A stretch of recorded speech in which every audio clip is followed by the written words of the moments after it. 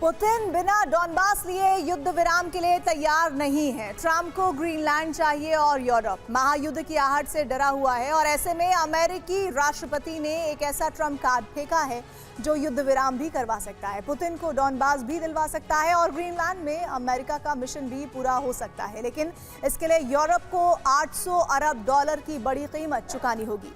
Trump की योजना क्या है, इस एक्सक्लूसिव रिपोर्ट में देखिए। ग्रीनलैंड और यूक्रेन का डॉनबास, ग्लोब पर ये दो अलग अलग जमीनें हैं। दोनों के बीच की हवाई दूरी 4500 किलोमीटर है, लेकिन ट्रंप ने इन दोनों जमीनों का सौदा कर दिया है। ट्रंप ग्रीनलैंड फॉर्मूले से पुतिन को डॉनबास दिलवाने वाले हैं। इसके बदले यूक्रेन को 800 अरब डॉलर की आर्थिक और सैन्य सुरक्षा की गारंटी मिल सकती है और ट्रंप को ग्रीनलैंड पर कब्जा किए बिना डॉनबास के बराबर की ही जमीन का पूरा नियंत्रण हासिल हो जाएगा। 23 जनवरी 2026 नोक हवाई अड्डा, ग्रीनलैंड। आर्कटिक की सुरक्षा सिर्फ डेनमार्क की नहीं बल्कि पूरे नेटो का मुद्दा है और नेटो को आर्कटिक में अपनी मौजूदगी बढ़ानी चाहिए। युद्ध विराम की इस पूरी कहानी में हर खिलाड़ी का अपना अपना ट्रम्प कार्ड है। रूस की मांग बिल्कुल साफ है, पुतिन को पूरा डॉनबास चाहिए, वो डॉनबास जो यूक्रेन का इंडस्ट्रियल हार्टलैंड है, कोयला उत्पादन, स्टील इंडस्ट्री और भारी मैन्युफैक्चरिंग का हब है। यही वजह है कि डॉनबास आज शांति वार्ता की सबसे बड़ी शर्त बन चुका है।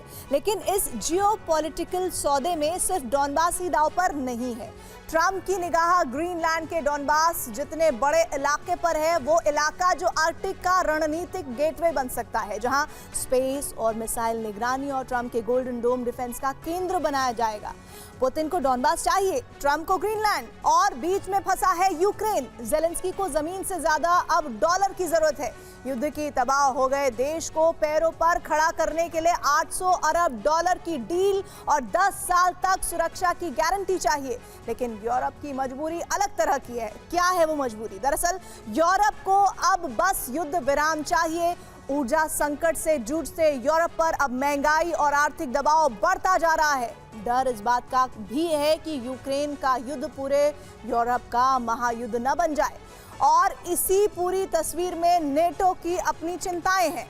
नेटो को अमेरिका चाहिए क्योंकि सवाल फंडिंग का है और इसे लेकर नेटो के भीतर दरारें साफ साफ दिखने लगी हैं। पुतिन साफ कह चुके हैं, डॉनबास के बिना कोई शांति समझौता नहीं हो सकता। यूक्रेन रूस को डॉनबास देगा, पुतिन युद्ध विराम करेंगे और बदले में पश्चिमी देश यूक्रेन के अंदर 800 अरब डॉलर का निवेश करेंगे।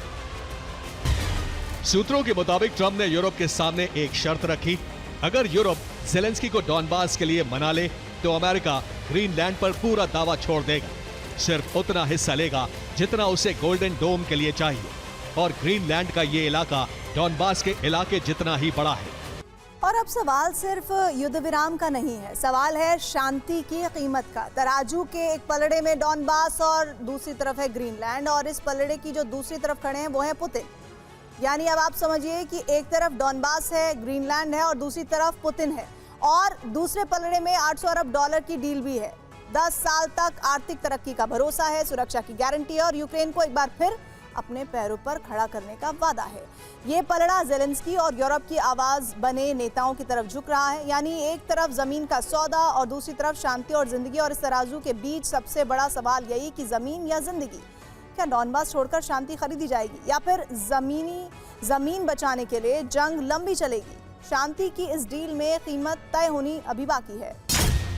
डॉनबास को सेना मुक्त फ्री इकोनॉमिक जोन बनाने का, यानी इलाका रूस के पास जाए लेकिन दुनिया उसे रूस का हिस्सा ना माने।